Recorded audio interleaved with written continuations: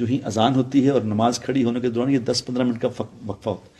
آپ نے فرمایا تھا جس کا مفہوم یہ ہے کہ جو اس کے دوران یہ دعا پڑھ لے گا اللہم انی اسألک العفو والعافیہ فی الدنیا والآخرہ، جو 3 دفعہ اس دعا کو پڑھ لے گا اذان اور اقامت کے درمیان، اس کو 4 اللہ انعام دیں گے. تصویریں وغیرہ بھیجتے ہیں. پہلا انعام اس کو یہ ملے گا کہ اللہ تبارک و تعالیٰ اسے ایسی بیماری نہیں لگنے دے گا جس بیماری کی وجہ سے موت آ جائے، یعنی خطرناک بیماری سے اللہ اس کی حفاظت فرمائیں گے.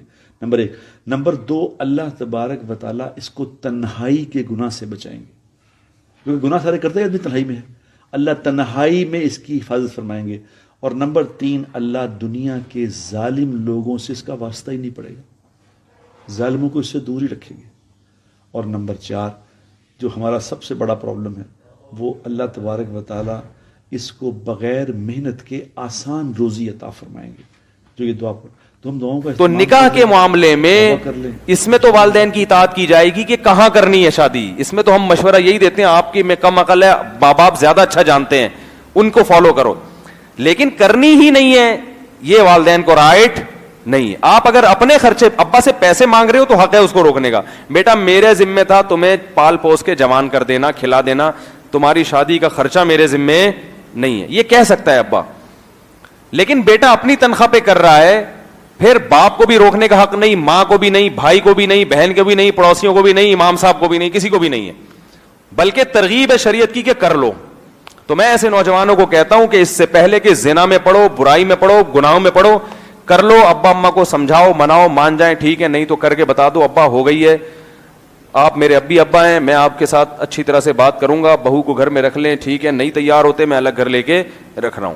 یہ کرنا پڑے گا آپ کو، سمجھ رہے ہیں؟ اتنا کانفیڈینس پیدا کرنا پڑے گا. کچھ نہیں ہوتا، کوئی طوفان نہیں آ جاتا. آپ نکاح کرو، میں پوری ذمہ داری کے ساتھ کہہ رہا ہوں آپ کو. اس کا ذمہ دار کون ہے قیامت کے دن کا؟ کہ میں ذمہ دار ہوں انشاءاللہ. اور ہمت کر کے کرو، یہ ماں باپ نہیں کرنے دیں گے بھائی. ماں باپ کو آخرت کا خوف نہیں ہے، وہ نہیں جانتے شریعت. وہ یہی ہے، میرے بڑی والی بیٹھی ہوئی ہے تو بڑا بھائی بیٹھا ہوا ہے تو 3 بھائی اوپر بیٹھے ہیں، ان کو کس نے کہا بیٹھنے کو؟ بھائی وہ کھڑے ہو جائیں.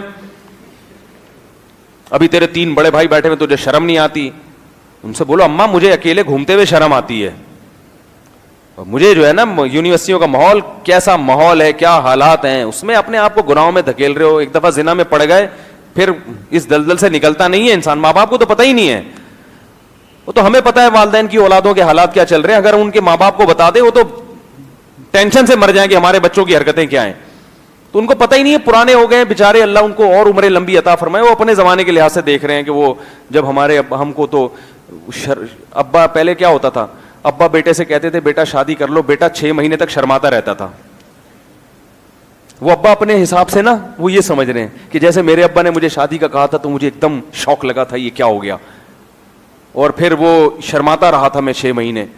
اب ایڈوانس ہو گیا حساب کتاب ٹھیک ہے نا، اب وہ دور نہیں ہے. ویسے بھی شریعت کی ترغیب ہے، جب اللہ اس کے رسول نے ترغیب دے دی تو ختم. تو وہ اب نہیں، اپنے آپ کو گناہوں میں مت دھکیلو، برائیوں میں مت پڑو. ایک دفعہ پڑ گئے بڑی مصیبت ہے. اس دلدل سے چرس اور ہیروئن کا نشہ اسے چھوڑنا آسان ہے، لیکن کسی کو یہ ان حرام کاریوں کا نشہ لگ جائے نا، اس دلدل سے نکلنا ناممکن نہیں ہے لیکن مشکل بہت ہے. تو اس لیے اپنے آپ کو بچاؤ اور ہمت کرو، ہمت.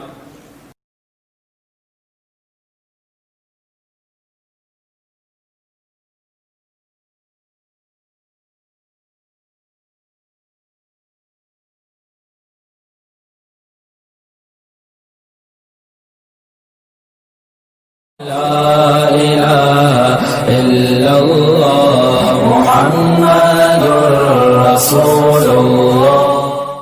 ایک شخص آیا میرے پاس پہلے، یار میرے ابا بوڑھے ہو گئے ہیں، عجیب الٹی باتیں کرتے ہیں، گالیاں بھی دینا شروع کر دیتے ہیں، اتنی بری گالیاں والدہ کو دیتے ہیں، مجھے بھی دیتے ہیں، یہ کرتے ہیں وہ کرتے ہیں. کیا؟